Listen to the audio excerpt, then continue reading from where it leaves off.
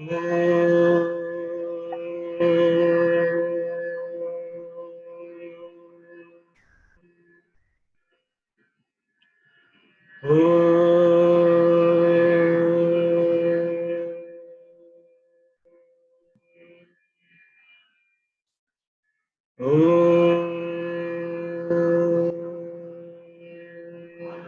really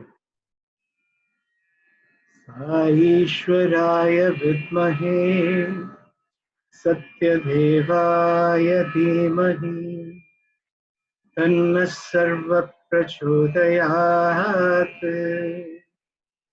Om Ishwaraya vidmahe Satya devaya dhimahi Tanna sarva prachodayat. Om Ishwaraya vidmahe Satya devaya dhimahi Tanna sarva prachodayat. Om Shanti Shanti Shanti. Sai Ram, we're all very fortunate to continue with this series of talks by his students, listening to their wonderful experiences.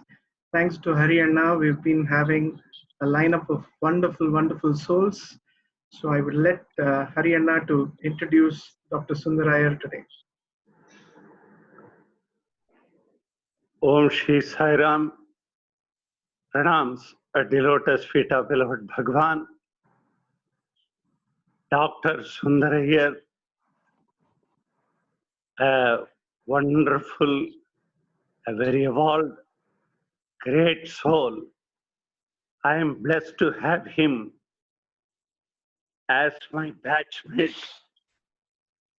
In those days itself, as a student, not only he was promising student, he was a great yoga expert and a bhajan singer, very soft, gentle person, always with a pleasant face and a very pleasant personality. You all must have gone through his resume, but what I would like to say is one of the fortunate souls to be with Swami, a great personality, a very humble one, and totally very elite thinking, and also a wonderful orator, a thoroughly a blessed person. I am fortunate that today all of us are able to have him with us and hear him. I will request Sundar to start at least sing 4 lines and then share his thoughts, experiences with Swami. Jai Sai Ram. Thank you. Thank you, Haryana. So just to let everyone know, this is a 2-part series. The second part will be on Sunday, the same time. So over to Brother Sundar. Sai Ram.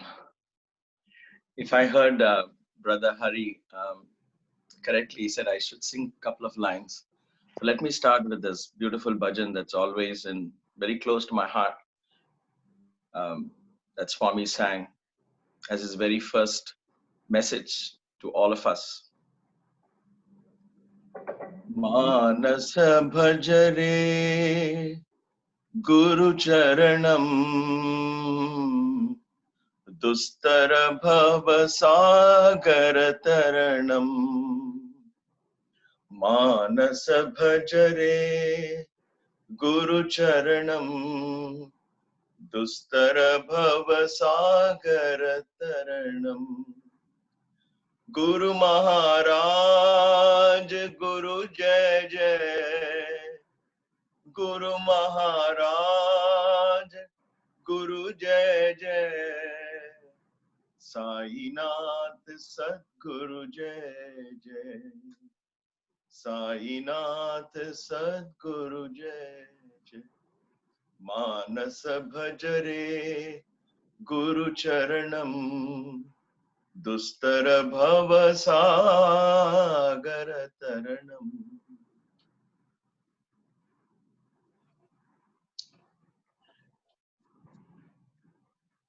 Offering my most prayerful and divine salutations at the lotus feet of my beloved Sadguru, Bhagwan Sri Sathya Sai Baba. I express my heartfelt gratitude to Brother Venkat, Brother Sathya, and of course, Brother Hari for giving me this opportunity, a long opportunity, if you will, 90 minutes, and 2 of those sessions to share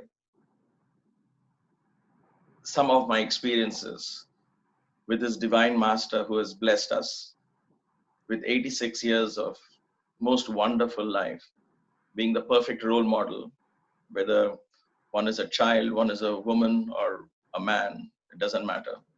As a human being, he set a role model of what we can do with one lifespan if only we begin to believe in our divinity and allow that divinity to express through our thoughts, words, and deeds. So I'm always very humbled and very privileged when I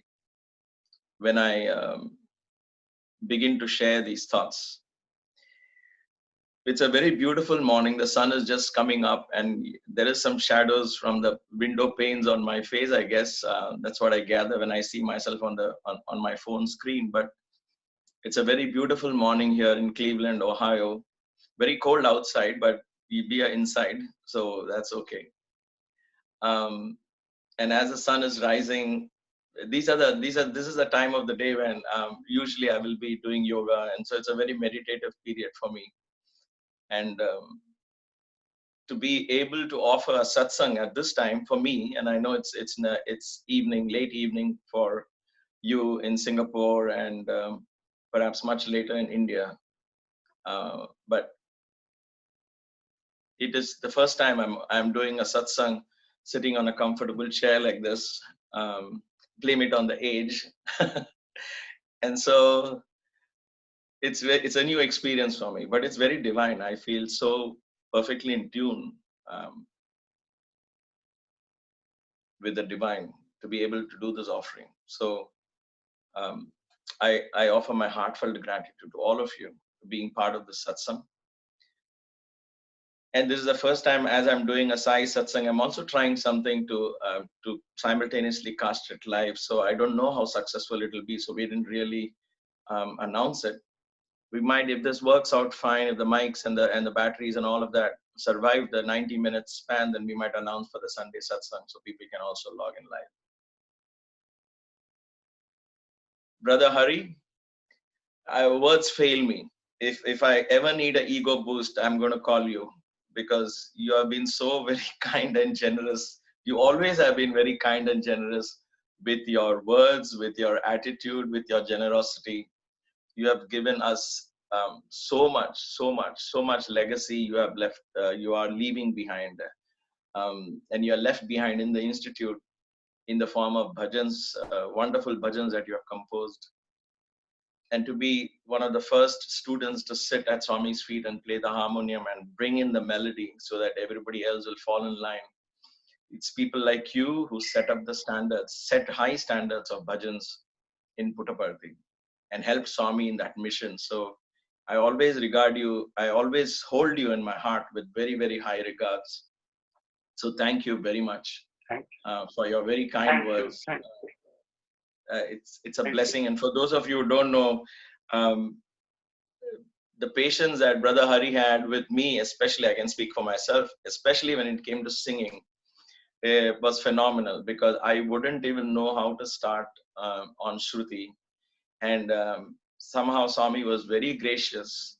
It happened once after we moved to the hostel, Swami decided he wanted younger boys and his students to start singing in the mandir. I think the time was right. And so one day he came to the hostel and he said, I'm going to do, before coming to the hostel, he said, I'm going to do an audition, and whoever can sing can, once they get selected by me, they will sing in the mandir. Now, looking back, it seems so divine. Pardon me. Looking back, it seems such a divine opportunity. Back then, we were so young. We took Swami for granted in so many ways. I can't even believe that. So, but we all were excited, and we all practiced our little bhajans. Many of the boys, like, you know, Brother Hirok and Brother Kote and all of them would come from, I don't believe Brother Kote was at that point there, but Brother Hirok and others had come from Vrindavan. So they were already singing in front of Swami. So they were the stalwarts in bhajan singing. So those of us freshly joined in Puttaparthi were very excited. I know Brother Hari will recollect Samir Manel, Tribhuvan Sachdev, and myself. I can't think of anybody else at this point. Of course, Brother Hari was there. He was like the guru for everyone. He was at the harmonium. And so, and of course, we had Brother Sai Surendranath at the tabla. And I remember the first bhajan I ever sang in front of Swami was the first 4 lines, which I thought was very simple. Giridhara Gopal Muralidhara Hare Govinda Gopal Damodara. Giridhara Gopal Muralidhara Hare Govinda Gopal Damodara. Giridhara Gopal Muralidhara Hare Govinda Gopal Damodara. So it was 4 lines. I learned it in Bombay because I came from Bombay.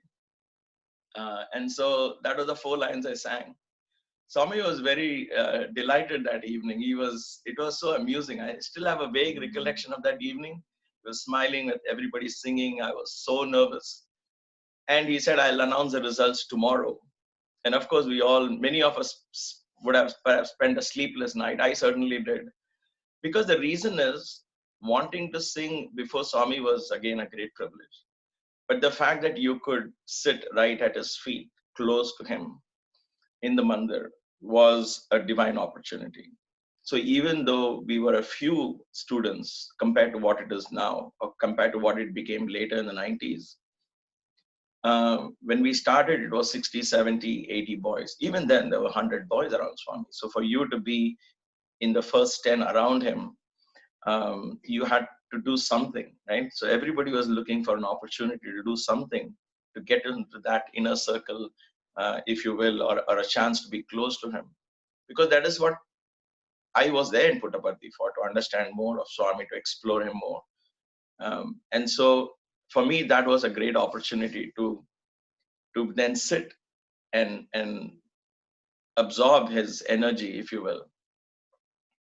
And so I spent a sleepless night, and Swami came next day morning. He sent word that all the 12 boys, there were 12 of us whom he selected. And he said, all the 12 boys are selected. Let them practice well before singing. And that began a saga of what today is famously known as students' bhajans. And it's people like Brother Hari, S. Kumar, who came later, and all of them who really set high standards of singing. They were trained in classical music. They taught us how to sing in Shruti. It's amazing. And I think when you have people like Brother Hari introduced, and your mind just goes back to those beautiful days. I know Brother Hariharan will still recollect, and the first thing I did, one of the programs I offered in the institute basement auditorium was a miming show. It was some kind of a comedy I did for entertainment purposes. And Brother Hariharan, who is actually such a wonderful harmonium player, was humble enough to sit there and give me some really ridiculous music. It was going, that kind. It was funny, but he was ready. He sat and he did that for me, and along with that music, I was doing some miming. And now when I look back, I'm like, I'm so grateful for this is the kind of humility that Swami brings out. He could have easily said, see, I'm not going to do such ridiculous sounds on the harmonium for you. But that was it. That was the brotherhood. We would do anything to please Swami, anything to express that brotherhood within us. That was something that we learned in Puttaparthi, in Swami's presence. There wasn't really any private space for us. And I'm sharing these only to not only relive those moments in my head, but also there are so many lessons. For example, this community living that Maya and I often talk about it, because she was also raised from her 8th grade in the primary school. Then she went on to college. She worked in the super specialty hospital. So we talk about this often. There wasn't any such thing as private space, my room versus your room, or knock on the door before you enter my room. Or it was just one bed. And there were some rooms had 12, some dorms, we call it, some dorms had 12 beds in them, and we all slept on the floor. Some had 14, some had 4 or 5, depending on the size of the rooms.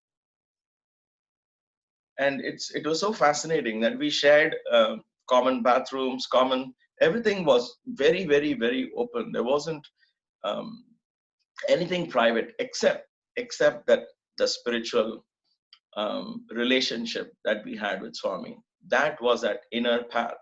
That is all that was there. It was truly established in the Gurukulam style, if you will. No modern comforts and none of that. At least at that point, we didn't even have ceiling fans in the hostel. Swami would jokingly say, if they had ceiling fans, and they will sleep till 8 o'clock in the morning. They have to learn to get up early, so let the mosquitoes wake them up. So it was part of life. We learned to live with the mosquitoes. We would go to the terrace and sleep open air. And this wasn't a weekend retreat. It wasn't a week-long retreat. It was every day in and out for many, many, many years. So that was life in Puttaparthi in a very, very, very bird's eye view, if you will, or a brief synopsis of what life was. The reason why I'm sharing it again is because Swami established such a beautiful, I hate to call it alternate, because that is the real lifestyle. But at this point, in compared to our lifestyle, that seems alternate. So let me use that word. An alternate lifestyle to show us that this is what it was.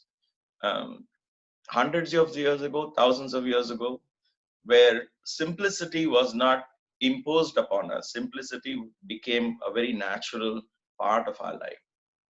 We had just things that were important for us. Bed enough to give us comfort, but light enough so you can roll it and take it up to the terrace to sleep, or when it starts raining, you roll it and rush down and come back and sleep in your rooms. Bed sheets strong enough to protect you from the cold nights, or light enough so you can put them away or fold them and carry them with you. All these little things. Shoulder to shoulder, brushing your teeth on a common wash basin. These were lessons learned where you naturally begin to share. It's a natural thing. And I think people, the Indian subcontinent, India in particular now, as we understand it, people look upon it as, this Slumdog Millionaire or whatever that movie was. I haven't watched it yet because that word doesn't appeal to me, the title itself. But nevertheless, there is a celebration of the poverty in India. And anybody comes there, they take videos of poverty-stricken places, huts and dwelling and all of that. And it's perhaps true, right? So poverty is not a crime. It's who we are. Part of India, a lot of Indian people are below poverty line. But the beauty here is, even though there won't be food in the house, there will be hope in every home. And there will be a light lit in front of an altar, and faith. Hope and faith are perhaps the greatest hallmarks of any civilization. And that is what has kept Indian civilization alive. And that is why it draws these divine masters into its fold time and time again. Hope and faith. Without those two, I think life loses its meaning. And that is what, to me, it was the greatest riches that Baba taught us. Have hope, always hope. Prepare for the worst, but hope for the best. And let that hope be guided with deep, unshakable conviction and faith. That brings me to the journey of Swami.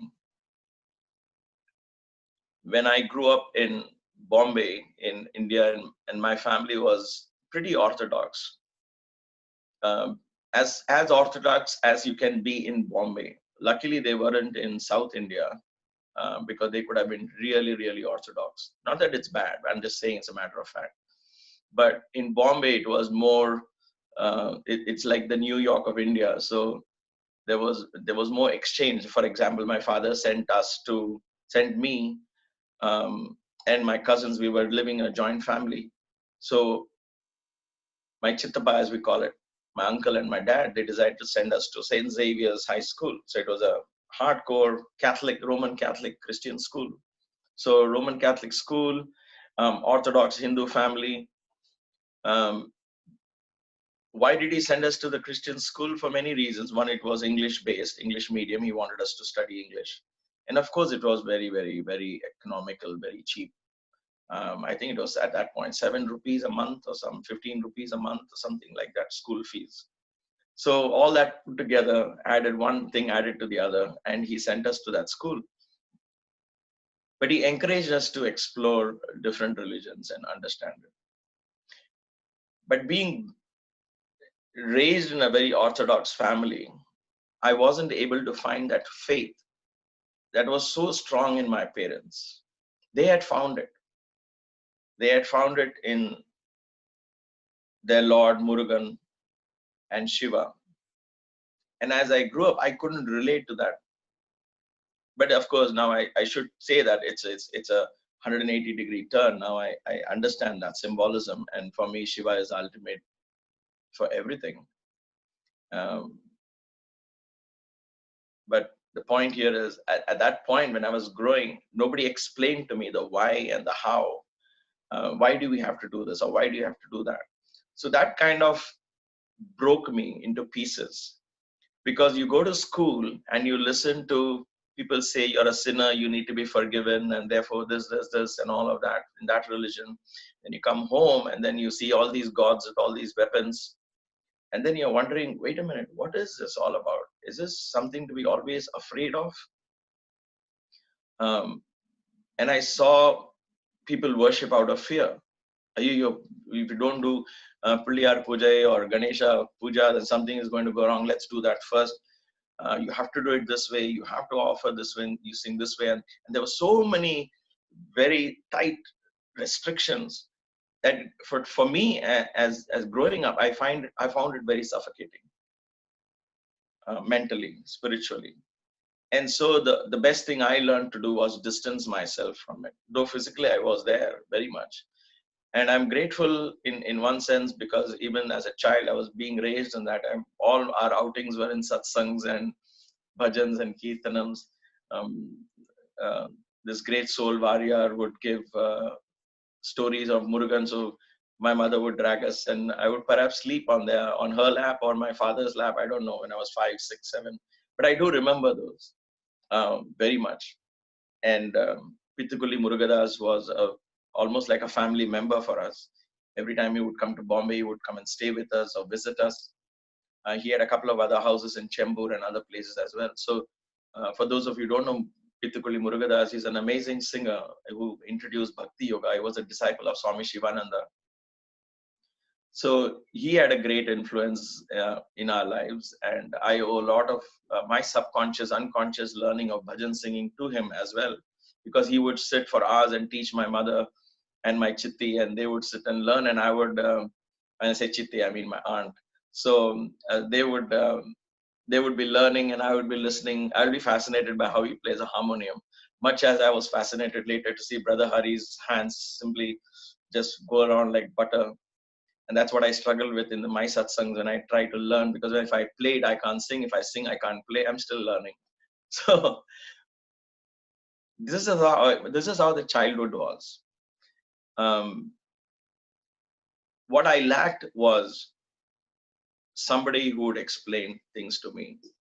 Because Indian culture, Indian tradition, Sanatana Dharma, I'm a little shy of calling it Hinduism, okay, because that's a relatively new term imposed upon us by some recent forces. So the word Hindu doesn't really reflect who we are, because then it becomes like a religion boxed in in a small little tight space. Sanatana Dharma is an eternal way of life where consciousness expands to embrace everyone and everything. The essence of Sanatana Dharma was oneness. There was no division in Sanatana Dharma. Sanatana itself means eternal, divisionless in time and space. In other words, there is only one consciousness that has become all of this. So in Sanatana Dharma, there is so much. You have to learn it. You have to be literally educated as a child, as a youngster, and so on. So you will be able to appreciate the depth of what it has to offer. That wasn't there. And so by the time I reached my teenage, I had completely kind of become aloof. I wanted to go and join a film institute in Pune, and I wanted to become an actor because I was a big fan of Amitabh Bachchan. Who wasn't, right?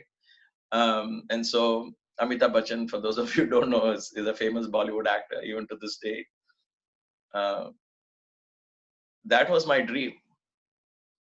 And look at where I am today. There's one person who changed all that.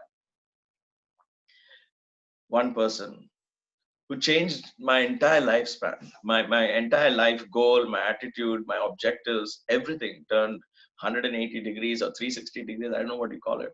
He just flicked the direction to another side so that I use all energies, if you will, talents, if you will, knowledge, and everything that I had come into this world to use it for a much better purpose. And it didn't happen by way of instruction. The way Swami guided me was not by way of instruction. That happened too, of course, but predominantly by being a role model. He inspired me to change. And I think that is one of the greatest things that we learn from Swami, is true leaders inspire others to change. They don't not only tell them, not only preaching and saying you have to do this, but you inspire them so they begin to think, maybe I should do this, maybe I want to do this because I've seen somebody out there as a role model, and therefore it encourages me to change my attitude, my thinking, my behaviors, to follow generally in that direction and begin to discover my own little space where I can be myself. Sai Baba was responsible for that. Swami was responsible for that by setting an example to us in every way possible. And that is what we're going to explore in this satsang and the next satsang. Many of the stories I share will perhaps be the same because anything else that happens to me after Puttaparthi it's in a very private, personal space. I've not yet understood how to share them. So the book I'm writing is taking forever because I have to make peace with myself and understand how to share those spiritual experiences. So I'll refrain from that at this point unless Swami prompts me and something happens naturally. But other than that, the lessons that I learned from Swami's staying with Swami those 15 years, and I all of us, every student who lived there, there's not just only me, every student who lived there. And you see in your satsang, you've invited stalwarts like Sanjay Sahni and Ravi Kumar and I guess Sai Surinath and all of them. If you haven't, you should, because then you get to listen to everybody's perspectives. They will always be different. It's never going to be the same. So don't say, oh, but he said this, but you're saying this. All of us were, and I can certainly speak for myself, like a blind man trying to understand an elephant. I always use this analogy before I begin talking because that puts me in the right frame of mind. And it's a kind of a disclaimer as well, because not one person could ever say in the days I knew and can ever say that I have understood who Sai Baba is, or I have understood this master fully. Let me explain to you why he did this or why he spoke that. To me, that's like an eternal mystery. none of us could understand Swami in his wholeness, if you will. We saw what was exposed to us. And with each one of us, he exposed a particular aspect of his divinity in his own beautiful, charismatic, personal, divine manner, which only a Sadguru like him can do. Sadguru is one who lives in that truth consciousness all the time, consciousness of oneness, nothing else. And only he can do that. I don't think it's possible for anyone else to even dare replicate what he did, unless one is established in that highest state of consciousness. Then he becomes a Sadguru. Otherwise, we have gurus who can talk about spirituality and its implications on social society and this and that. But with Swami, it was very different. So no one person can actually say, I have understood completely Swami, who it was. So when I speak about Swami, when I share these perspectives of Swami, it is my limited, this glasses which I wore, what I saw from them. That's all it is. It is this little two things, that perception that was created by my sight, by my senses, what I could hold from that ocean of divinity, my little vessel, whatever it could hold, whatever shape the vessel was, that is the shape I'm going to describe the ocean. Whatever I tasted from that vessel, that is the taste of this divine knowledge that I'm going to share from that ocean of divinity that he was. Why do I call him an ocean of divinity? Because every one of you who is listening to this, in this life satsang, I know all of you are devotees of Baba. Every one of you are linked directly to Swami, directly to Sai. And each of you are partaking a little bit of that ocean. It's like that amazing, timeless, endless beach where the entire world can fit in. And yet the ocean, they cannot, not one single person can take the whole ocean, can only take a part of that ocean, a minuscule part of that ocean, and say this is how the ocean is, depending on the size of his palm or the size of the vessel that he carries. That is the beauty of the Sai principle. It is not about what miracles he did or didn't do. It is not about, oh, what happened, Swami is gone and the world is still in a bad state and all of that. It's none of that. Avatars, I believe, don't come to set right your problems and my problems, right? When you have a child who's 1.5, 2, I guess, when they start to walk, we don't have children, so I might miss that. 1.5 years when they start to walk. What happens here? The parent doesn't say, oh my God, he's going to fall. I'm going to lift him. I'm not going to make him fall. I can't bear, my heart breaks when I see this kid fall. And then you start carrying this child and not letting him fall at all. Guess what is going to happen to the child? He is not going to learn how to walk, or she. The child will never learn how to walk properly, at least. And that's why if you go to these pediatricians, they say, it's okay, let him fall, let him learn, he will learn. And the child gets angry and frustrated. He turns on his belly and he gets angry that he can't join this, right? I've seen my niece and nephews, their babies doing this. And so they want to join, and then and out of sheer will, they start swimming out there. And then they begin to open their eyes, and then the brain begins to grasp every little movement of mommy and daddy and everybody around them. How are they able to do that? It seems like a miracle to us at that point. But slowly we begin, the inner being, that learning creature within us begins to teach us. And we begin to slowly, unconsciously emulate what we see around, and we begin to start walking. And then it becomes second nature to us, right? Then we begin to teach others and other kids how to walk, how to talk, and all of that. With Swami, it was like that. That is what I believe. The divine masters who come to this earth are not going to fix your problems, help, like create gold for everybody. Somebody asked me, why does he not create gold for the whole world? I said, if that is the case, then the gold prices will be so low that you will be wondering, why did he do this? What am I going to do with gold? I can't even buy a chapati with this gold, because every Tom, Dick and Harry has a lot of gold in his house. So creating gold for the whole world is not going to solve your problem. The problem is not of having more gold or less gold in your home. It's about desires. How much can you, what do you need in your life, and how much do you crave for? What is it that you crave for? Avatars come to give you a model of what life could be. They set a role model of what they can do with one lifetime to show you and me, look, this is what you can do with your life, to give you an example and leave you the choice to decide. I think that is the best way. Then you choose what you have to do with your life. You can put that avatar and add it to the millions of other avatars you already have in your altar and say, oh, this is one more God. I'm going to add him to my collection of gods. And decide whether I chant 108 names or 1008 names, and should I sing bhajans 45 minutes or half an hour. And you can do all of that.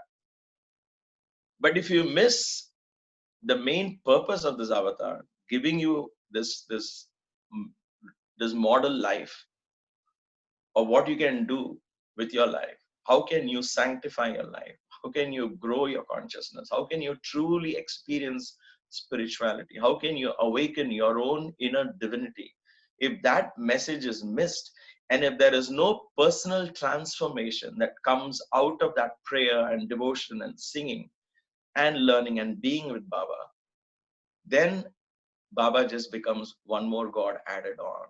And then what happens? After Baba goes, you look for another Baba.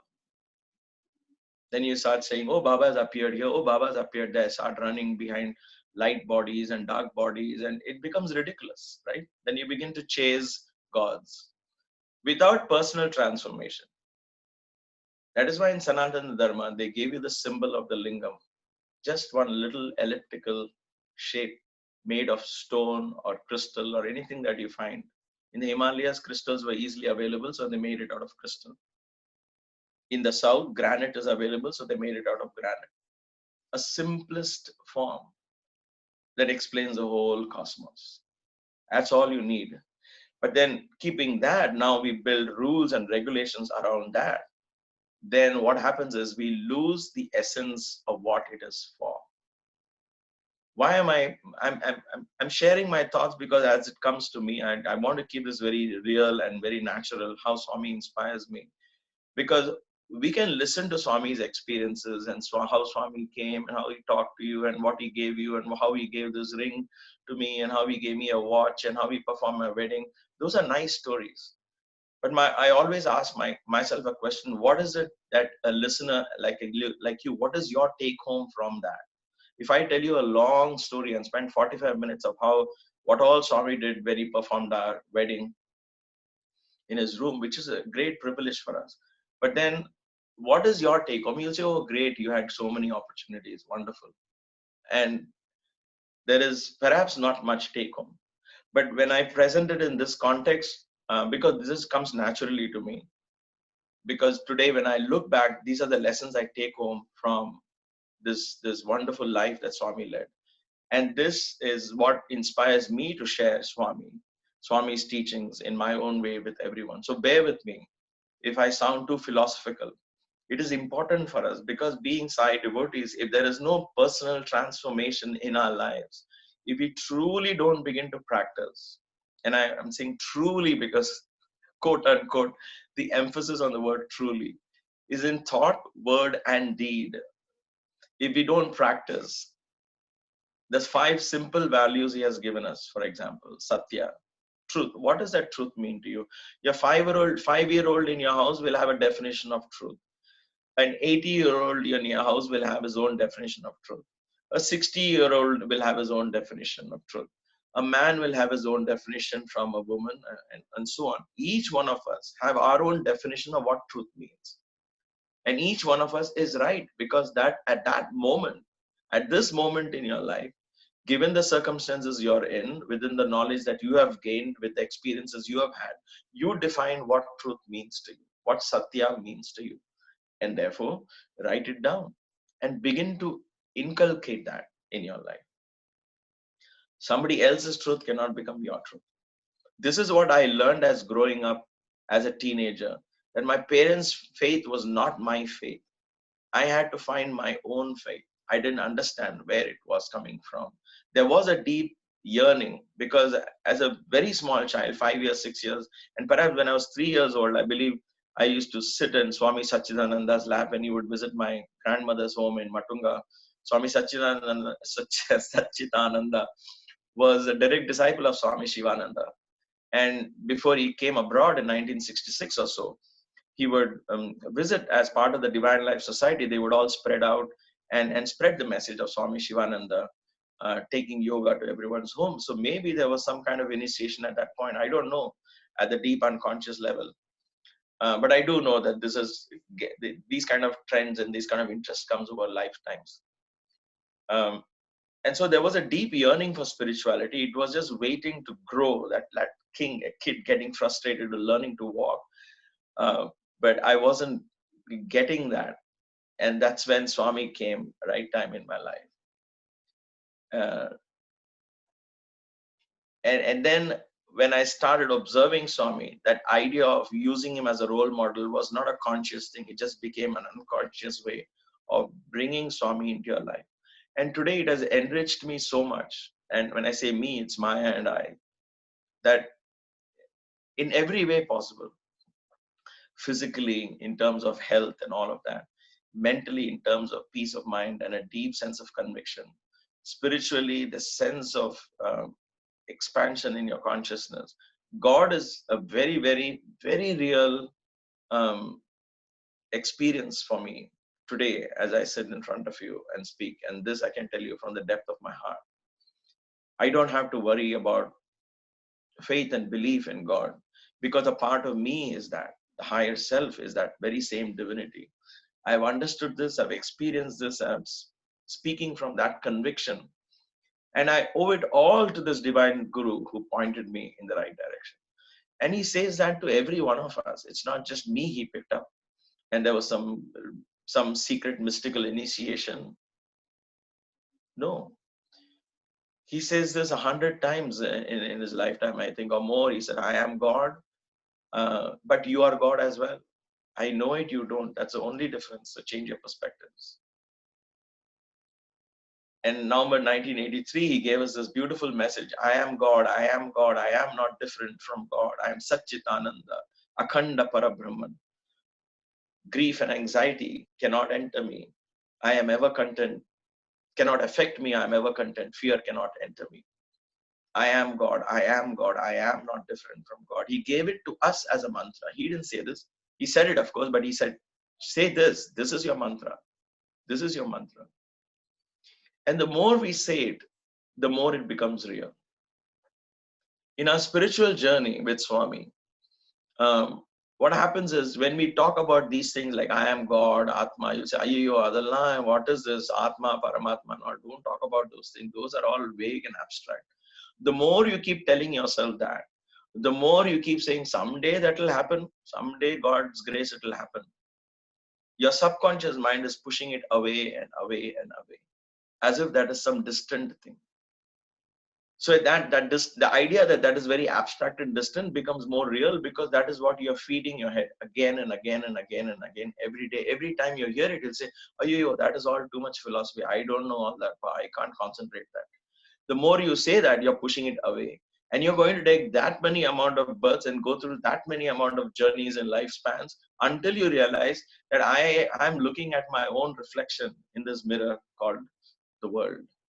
And what I'm seeing out there is merely a reflection, whether it is a car parked in my neighbor's driveway, whether it is a tree out in my yard, whether it's a beautiful river, whether it's a TV show, whether it is a person standing right in front of me, whether it is my job or my boss or my child.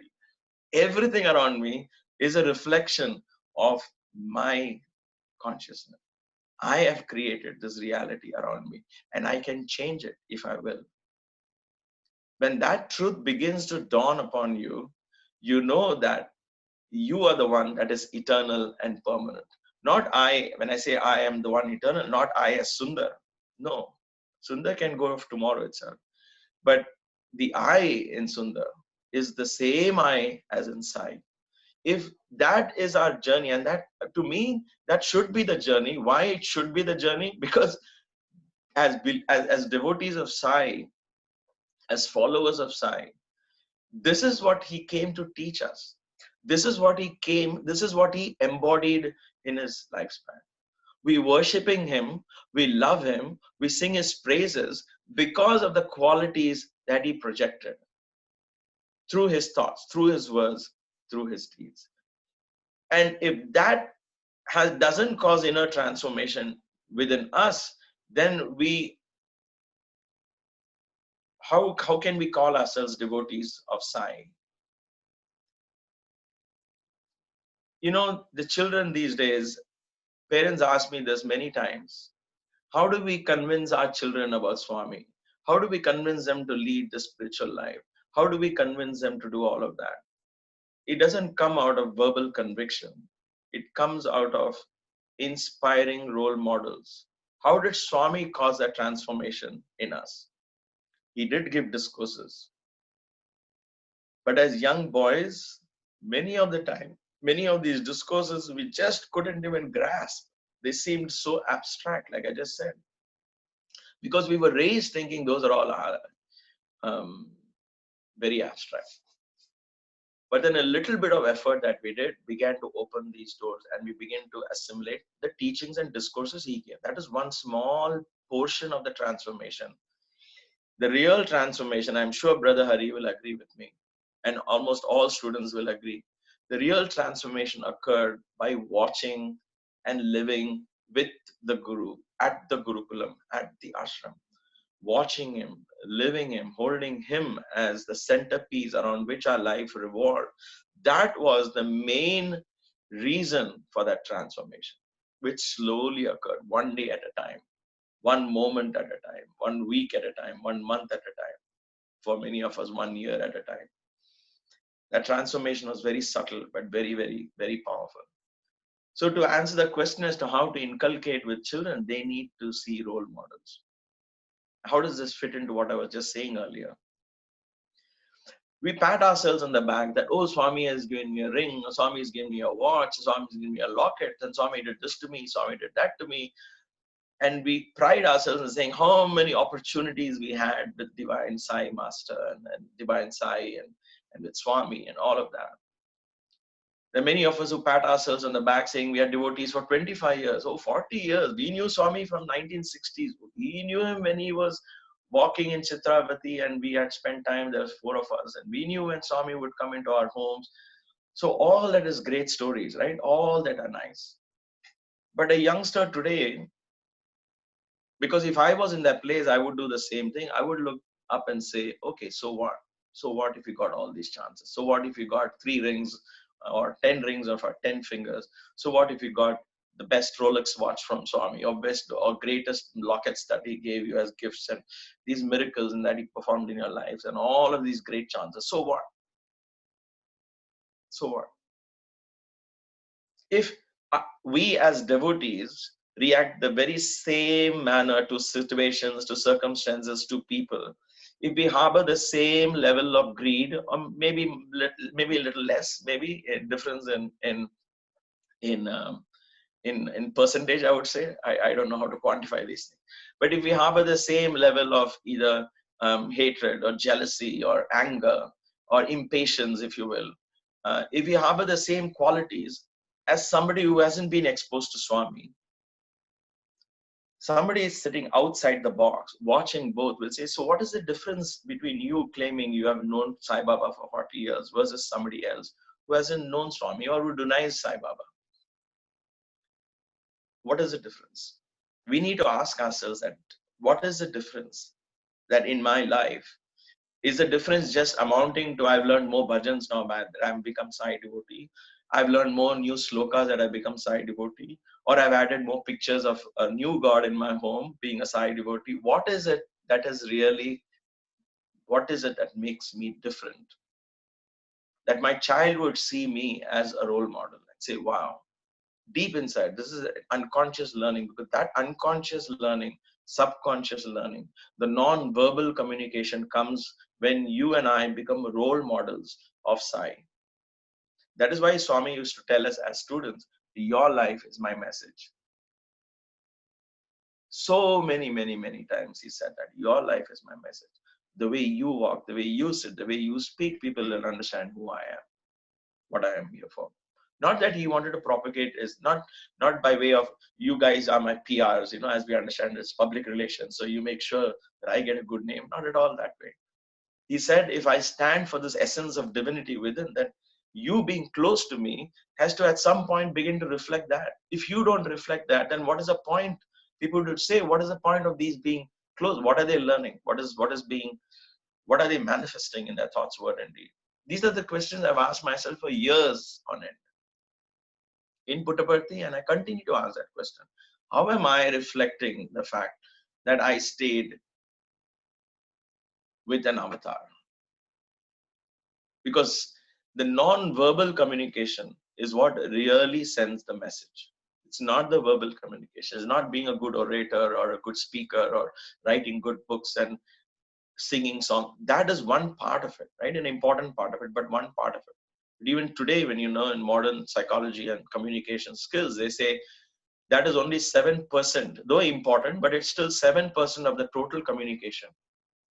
So what happens to the 93 odd percent that is left? That is a non-verbal communication. Even out of that, the next 15% or so, I'm just throwing these figures roughly.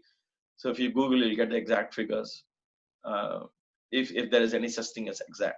But the next other 15% is how your body shows. That's body level communication if you're doing a public speaking.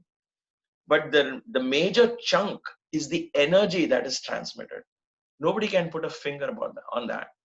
That energy is not restricted by time and space. You are sitting in the privacy of your home, thousands of miles away at this point, in a different time zone, and I'm sitting away from that. And yet you and I are connecting with an energy of Sai, which is not restricted by time and space. If that energy is strong and powerful, and if you and I can mindfully create that energy, then that energy is what's going to cause a shift in consciousness.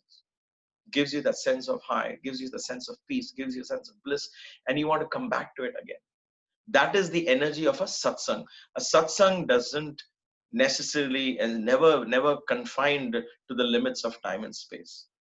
That is why when we chant together, whether it is through online meetings, Zoom meetings, or it doesn't matter. The fact that you're either listening or chanting together connects you, and that energy is that which really causes the communication. With Swami, it was that energy that really caused that transformation in us. And as devotees of Sai, I think we need to ask ourselves, what is that energy that I'm emitting from my thoughts, from my words, from my deeds, from my lifestyle? Because your core belief inside you is what begins to emanate that energy. This is the blessing that Swami has given me. Many of us can subscribe to that belief, that understanding. This didn't bring me to Swami. I came to Swami as a complete newcomer. But then this is the message I got when I left Puttaparthi. Completely knowing and established in the fact that he is there in every atom in this universe. That same principle that exists in every cell in my body.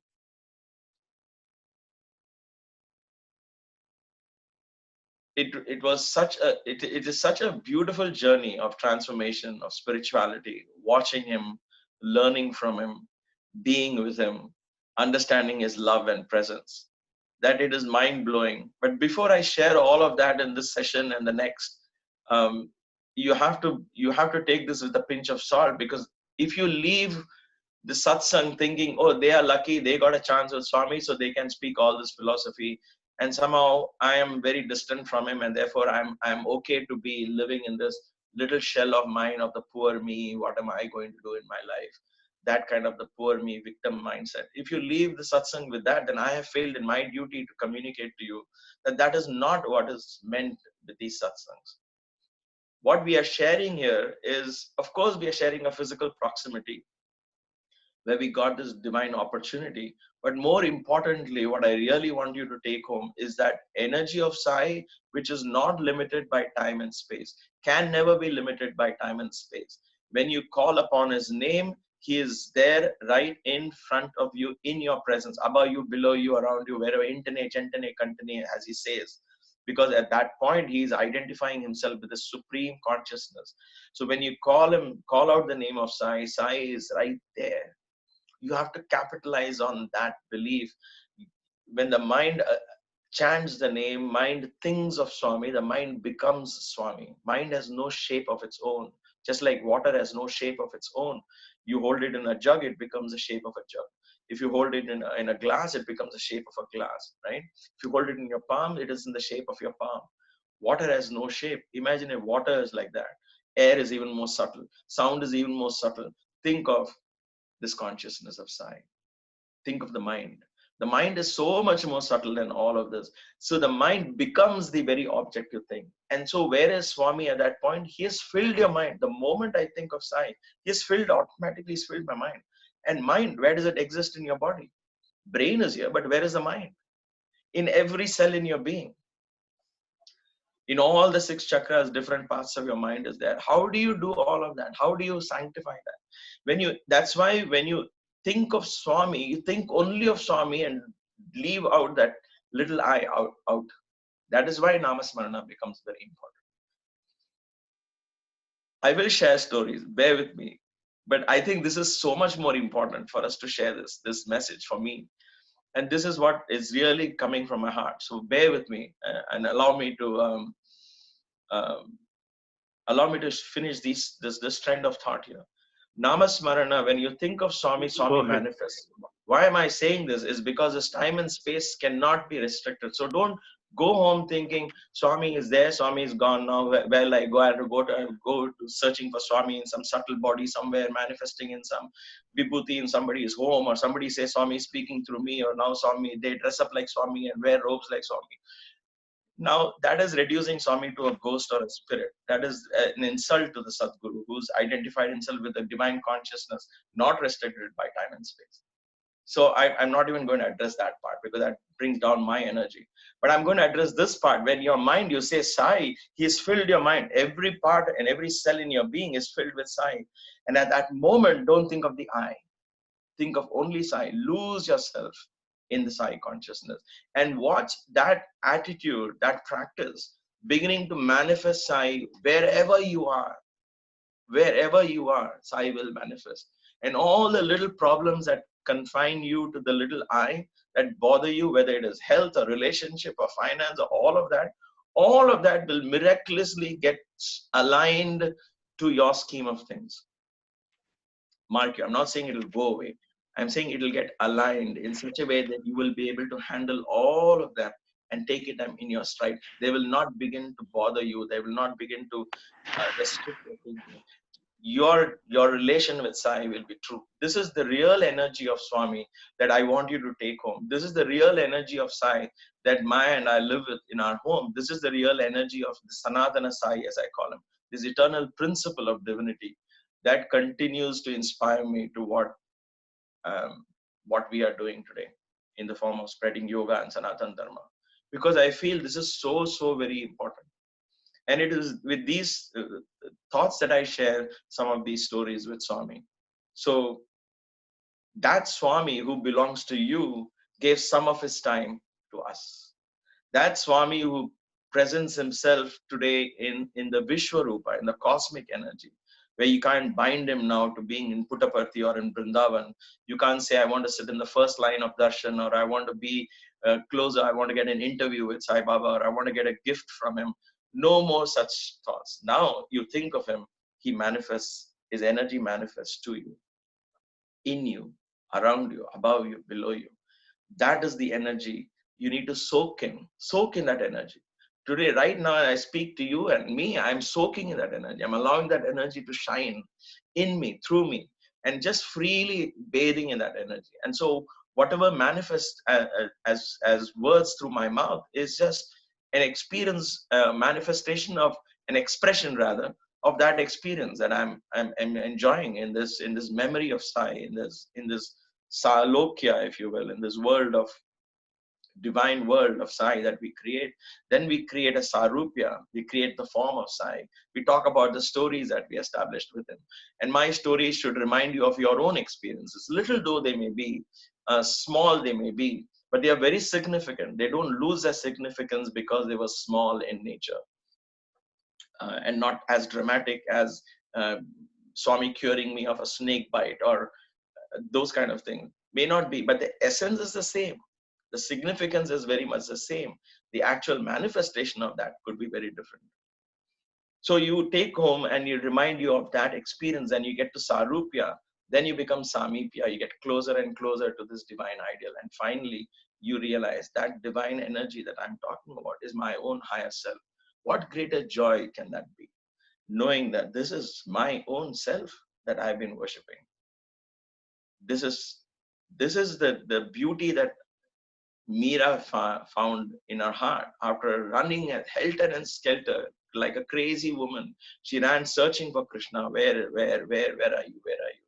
And finally said, Payo ji maine Ram Rathana Dhana Payo. She sings that song because Swami would say, Chalo re man Ganga Yamuna Tir. She said, ultimately, Meera found Ganga and Yamuna, the Ida and Pingala, and Saraswati is the Bhumadhya. And Swami says she found him within. Tyagaraja found Rama within. Tulsidas found Rama within. Every saint, every teacher, every master who has represented Sanatana Dharma and other religions, including Jesus, talks about finding the kingdom of heaven within. This is very important for us when we attend satsangs. Why we are attending these satsangs, why are we going, is to find that, learn from other stories, and then dig out and find our own path, create our own space, our own relation, and get inspired by others. But not that path cannot become my path. Could be, but not necessarily. You don't have to follow somebody else's footprints, but you can learn from their path, get inspired by their stories, and then create your own path, your own story. What I learned from Swami is celebrating of our individuality. Swami was born in a village, right? In a God-forsaken country. I'm sorry, God-forsaken village, I would say. I shouldn't say God-forsaken because it wasn't forsaken by God, the fact that he was born, but then it's a way of saying that who knew of the word Puttaparthi? Who knew of a village called Puttaparthi before 1940s or even 1960s, I would say, or 50s? Who knew Puttaparthi? Just a handful of people around that village perhaps knew what it was. This was a place which had thorns, which had no fertile land, which was a drought-prone area, which had occasional flooding by Chitravati River. Look at what it is today. A spiritual magnet, a spiritual capital. And as years go by, and as decades go by, as centuries go by, that will become a very, very powerful place. There's no doubt about it, because it's established by the greatest master who has walked the earth in our times, at least as I know it. And so that's never going to fall back.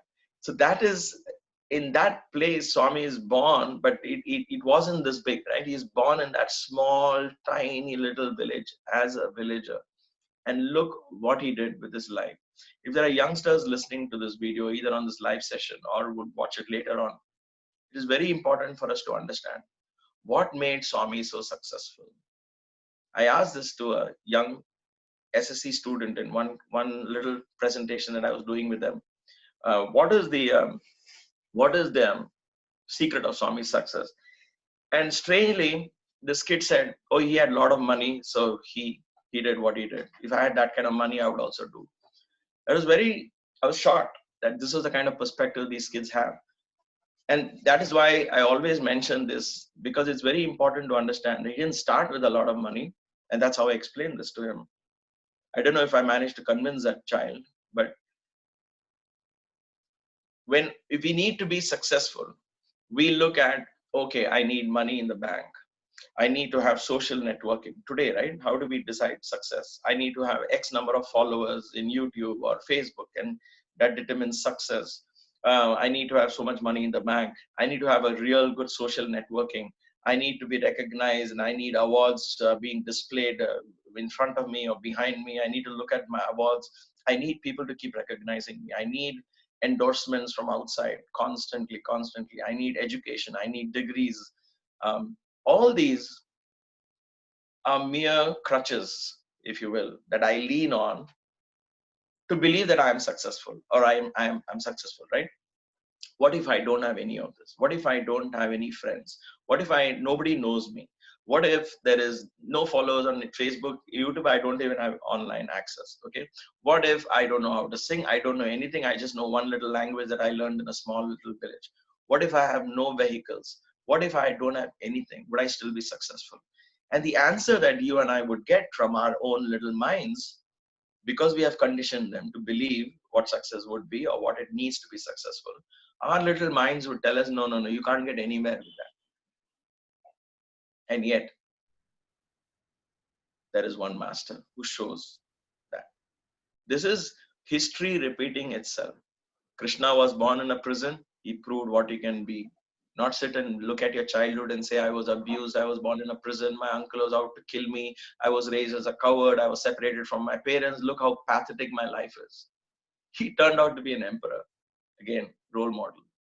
Rama, role model. I lost my kingdom. My auntie cursed me. Fire upon her.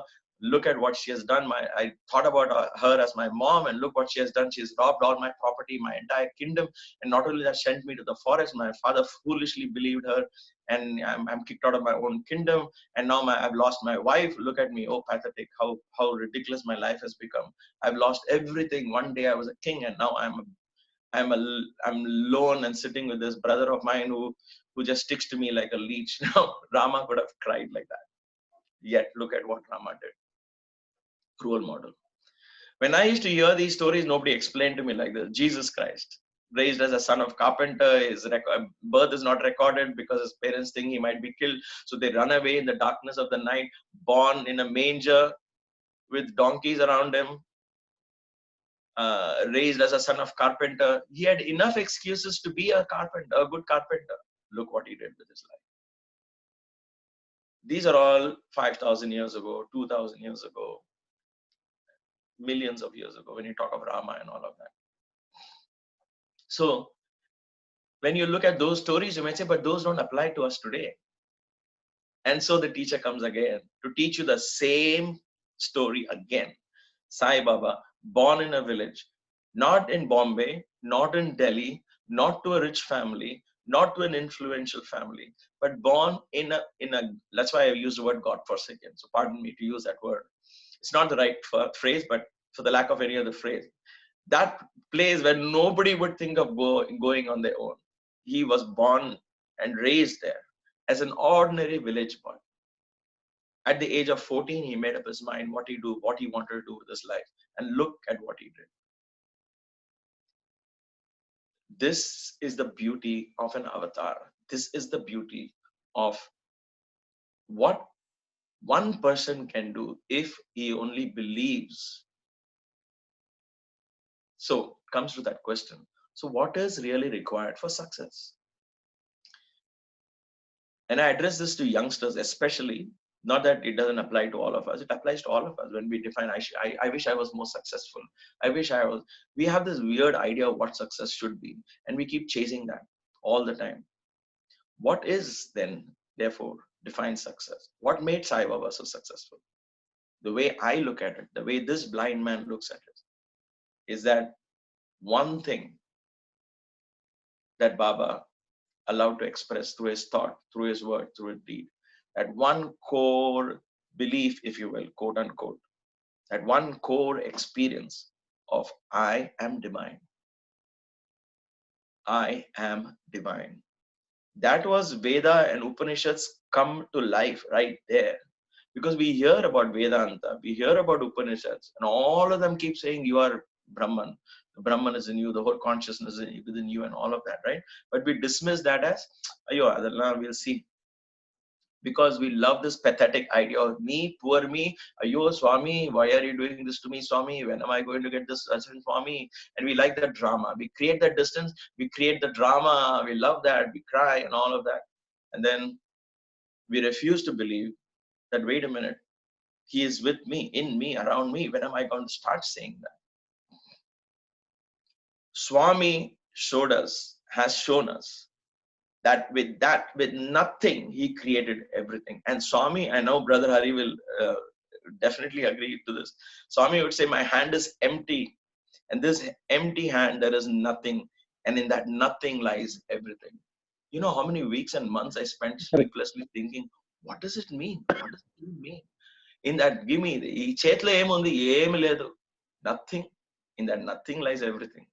In that nothing lies everything. With nothing, he came into this earth. With nothing, look at what he has built, that village. There is a rail, just in physical terms, there is a railway station, there is an airport, there is a national highway. All of this, can it be done by one villager who knew nothing other than one language? Who never traveled out of his country? Who didn't have any internet, any online access, no cell phones, no iPads, no fancy gadgets, nothing. And yet look what he did with one life. How did he manage to do that? No How publicity. did he? I'm sorry? Yes, Hari, you said something? Nevertheless. Oh, yeah, see, No publicity. No publicity. yeah, absolutely. No publicity. In fact, he said no need of publicity. I remember once when we were with Swami in one devotee's house, when, you know, Swami is so kind and so beautiful. Uh, when we were started doing PhDs, research, we had to go out of Puttaparthi because there are libraries. I was doing a PhD in banking and finance. So Puttaparthi library was limited. Remember, you are talking of days when there was no online and no Google search when you can do all of this, right? So the registrar told Swami of the institute, registrar of the institute, mentioned to Swami, ఇప్పుడు పిల్లలు బయట పోయి research చేయాలా. And Swami was very upset. He told Swami that students have to now go out and do research. The science boys can do research in the labs. History boys can somehow get books and read and do all of that. But these finance boys, these commerce boys, they have to step out, go and meet banks, especially they're doing banking and they're research. So they have to go to the RBI libraries and collect the document, collect financial records and bank statements dating back, you know, published records and all of that. Sit and go all of that and meet these bankers and economists and all that. So they need to get out of the ashram. And Swami had said, what? They don't even know how to cross the street. How will they go to the big cities? That is how Swami protected us. So beautiful. And so he said, and he called us, I remember that he asked, Miko, you don't even know how to cross the street, those big streets in the city. Do you know how to do that? So of course we were young. I mean, of course we would know how to cross the street, but the way he was saying, oh my God, my children are going out. And we are not children in that sense. We are 25, 27. Well, wait a minute. I was 23 or 24 then. These days your kids drive cars at that age, right? I didn't learn driving a car and I came out of Puttaparthi. But nevertheless, so Swami, what he did, he took us, he said, I will come with you all. And we wondered what that meant. So he took us a couple of times. And so we would follow Swami's car. Swami would organize a whole trip to Chennai. At that time, it was called Madras, so that we could go with him. And then he can keep an eye on us, right? So it was one of those trips, the first of its kind, that we were with Swami. And we stayed in Sundaram with Swami. And anyway, at that point, Swami took us to a devotee's house, an old devotee's house. And she was telling us this beautiful story as to how many years ago, when Swami was very young, he would visit her house and he would stay in her house because he's out to spread his mission, right? So he will come to her house and give his grand vision of what he wants to do with his life and how many people are going to come to him and this and that and all of this. And she would be thinking, Ayo Papam, this boy from village is coming. Of course, he has his divine powers and all that, and she's grown to like him. But she tells us in that this thing in front of Swami, she was telling us all this because Swami told her, Cheppandi, konjam buddhi cheppandi pillalku. I mean, like put some sense into their heads. So I remember that because that somehow touched me so much. I remember that one particular thing she said. She said, I told this young Sathya, I told this young boy, what are you going to do staying in Puttaparthi village? We are here. And this was in 1940s, right? We are here in Madras. We have connections in the government, British government at that time. And so we can help you set up whatever you want. We can help you get more people for your bhajans that you sing. You hardly got 4 or 5 people there. You go and sit in the sands in Chitravati and there are snakes and scorpions. You come here, start your ashram here, start your thing. We will help you. We'll get you all the influence and all of that. Now, for you and me, it is so easy to fall into that. I wouldn't say trap, but I don't know why that word came to my mind.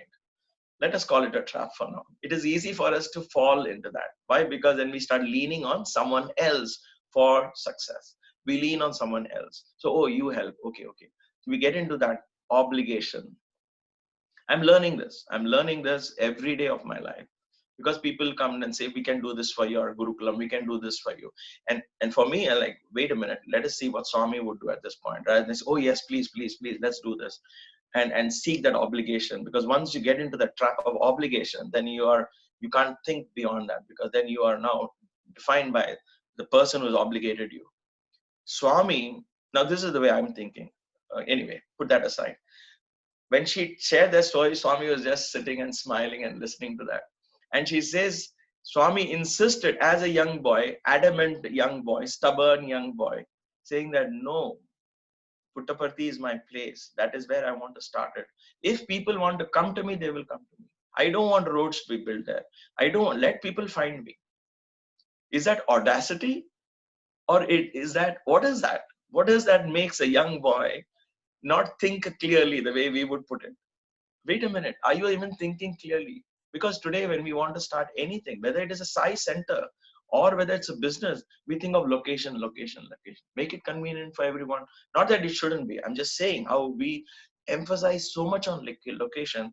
And the more we begin to make things convenient for everyone, the more we begin to compromise on the way we sing bhajans so that everyone can come, what happens is we have diluted our very core principles. Everything becomes diluted and nobody comes. Because that core energy that we talked of earlier, that energy that actually draws, creates a satsang, that draws people, that energy becomes diluted. That energy becomes compromised. Because I'm singing, oh, if I sing only Ram, Ram, Ram, who is going to come for my satsang? I have to sing new bhajans. I have to compose new bhajans. If I start doing that, my core energy will get diluted. This is what I believe. What do I believe? What do I believe? That is important. Even though what you believe may not be subscribed to by anybody at this point around you, what is it that you believe is what is going to draw that energy towards you? This is the lesson that Swami has taught us. This is the lesson you and I should take home. This is the perfect example of what Swami has done with his life. Now, you might say, but he is an avatar, he can do. If he was in that state, if that is attitude you're going to take and approach this whole scenario with that, oh, he is God, he can do anything he wants, then he need not even have taken birth as a human being, right? In this divine plane, in this dimension, Narayana and Shiva can just decide, and this will can everything get sent right. That is not how it works. Because that Narayana and Shiva is none other than you and me. We have forgotten our divinity, and therefore we have created this complex lifestyle which is taking us away from our source, and that is why we are getting more and more further into this confusion, disease-ridden, poverty-ridden, never fulfilled kind of scheme of life. So how can you break away from that? Because if somebody fixes you, you're going to go right back. If you had carried your child for 20 years and not let him walk, and then one day you say, now you're 20, start walking, he's never going to walk, he's going to fall right down. So by merely fixing our problems by one wave of hand, by a flick of a hand, or whatever you call it, snap of his fingers, if he had fixed our lives, guess what would have happened? The next moment, you and I would have gone right back to our watching our CNN and Bold and Beautiful, and I don't know what you watch, whatever we watch on TV or whatever else we do, we would go right back because we are not taught to walk. So what does the divine come? The divine comes and sets a role model by himself living, going through all the pain and sufferings, depriving himself of the basic necessities of life that you and I have. He took upon himself and said, listen, I don't want anything that you have. Let me start with nothing in a village. This is the life Swami started with. This is why, to me, as a youngster, when I went in Puttaparthi and I discovered more and more of Swami, and more when I got into this, into the ashram, into the management of the ashram, into the trust, into the management of the institute, into everything as it grew, I began to understand, oh my God, he's building this with nothing. Nothing. There was never excess or never surplus. And yet there was always resources flowing at the right time, at the right place. To me, that is abundance. A river is abundant, not when it is flooded, not when there is excess water. So don't think there must be abundance in my life, but what is it? I am just paying my monthly bills. Stop right there and say, at least I'm able to pay my monthly bills. That is abundance. The fact that resources come to you at the right time, at the right place, and it's, in this particular analogy, I'm just using resources by way of money, but talent, knowledge, people, help, everything will fall in place at the right time, at the right place, in the required quantity that you need for that vision at that moment in your life. That is abundance. All you have to do is open that door for that abundance to flow. Anything in excess becomes too much and too less. So Swami has set an example for us. He set been a perfect role model and set an example as to how this is achieved. There are so many instances that I would love to share, and I promise that next time I will dive directly into the story, hopefully if Swami permits me. But I feel this is so important for us to talk about this in our family, to talk about this in our own head. What have I done with Swami in my life for the last 20 years, 30 years, 5 years, 10 years, however long I've been exposed? What have I done with this divine guru in my life? How have I really transformed myself? How was that transformation?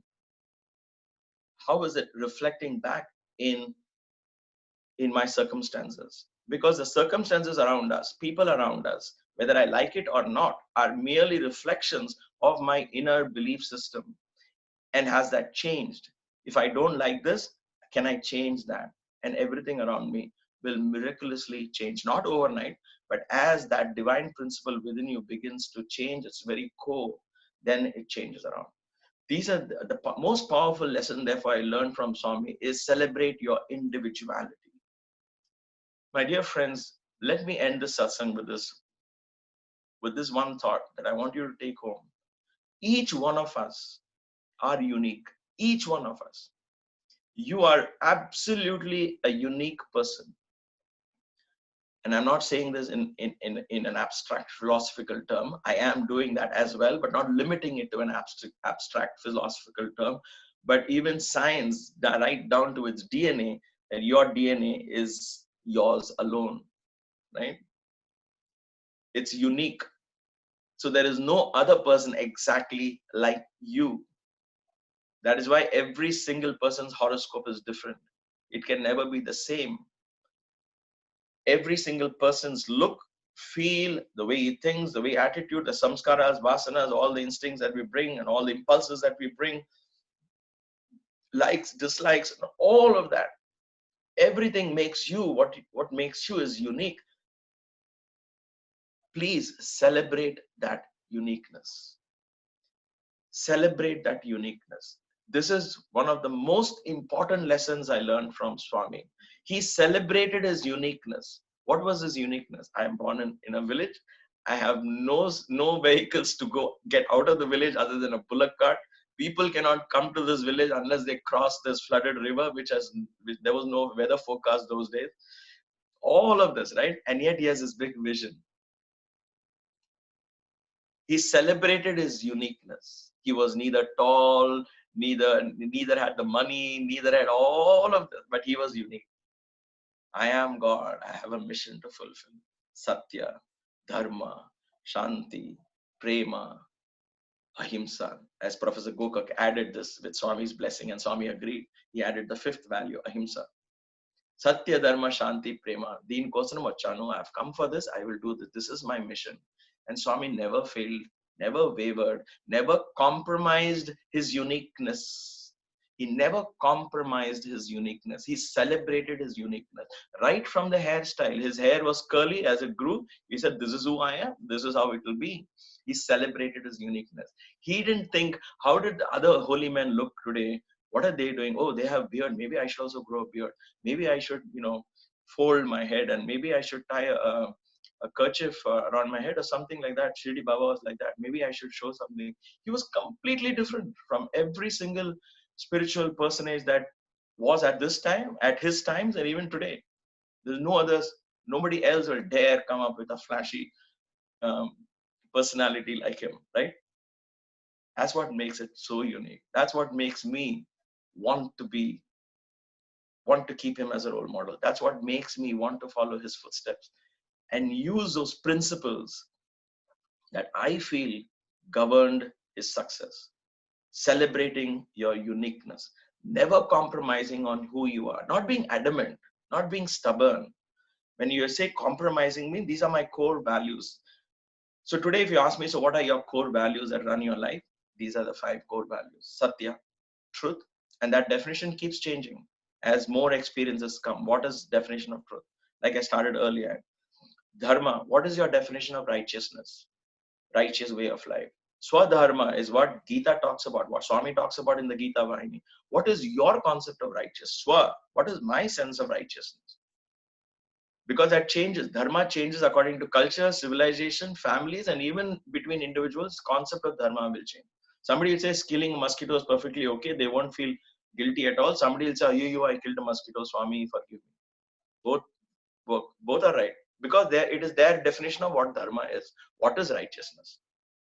Well, that killing a mosquito will probably fall under ahimsa or non-violence. But we get the point. Dharma is swadharma. What is your idea of righteousness? Write it down. Think about it. Meditate upon it.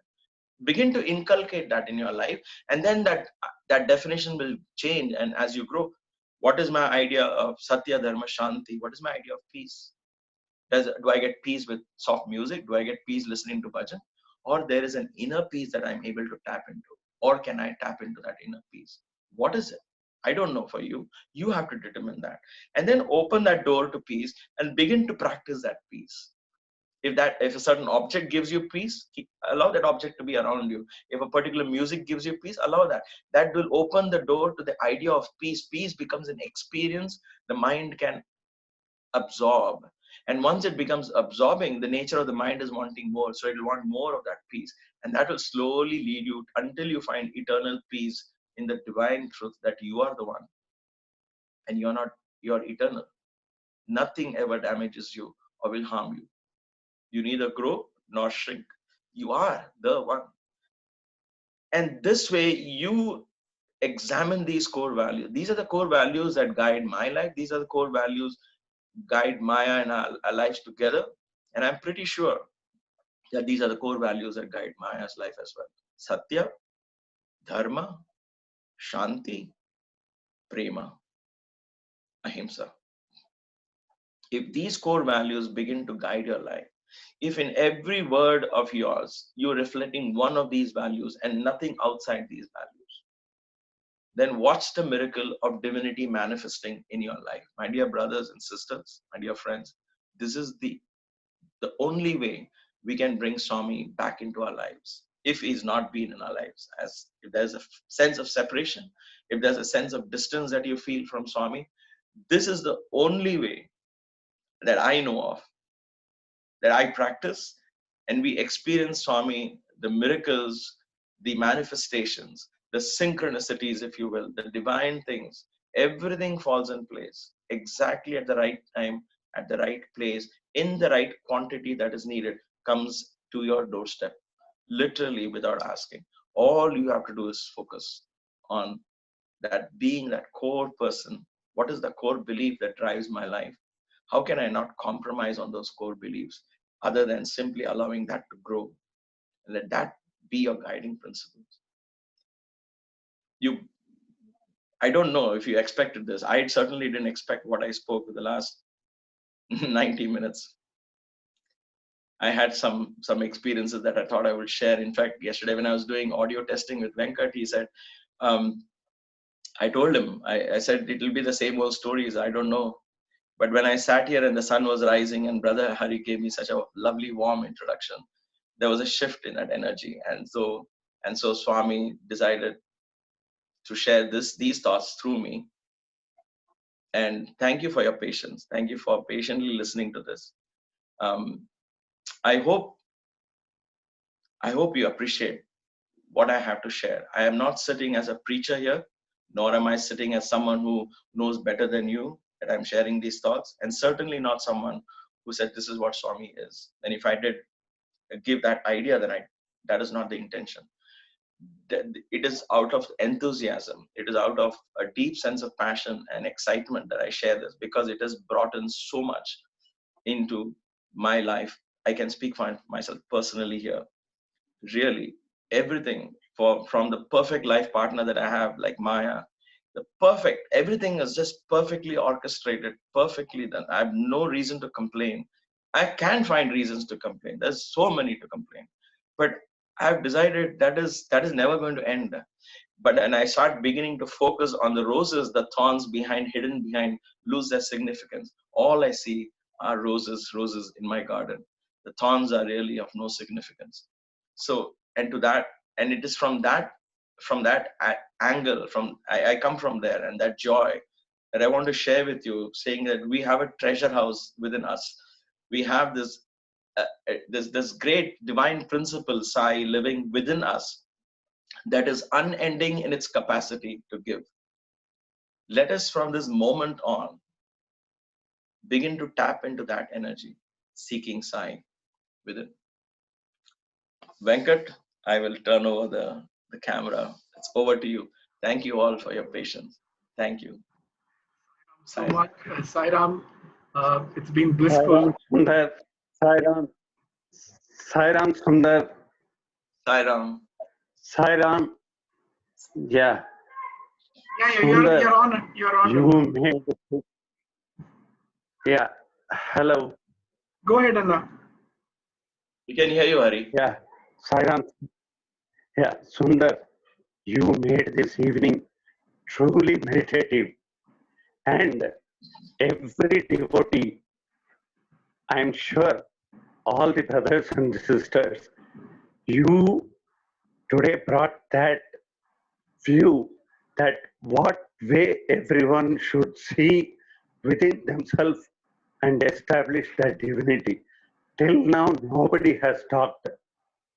You are very unique. As you told, Swami has created unique.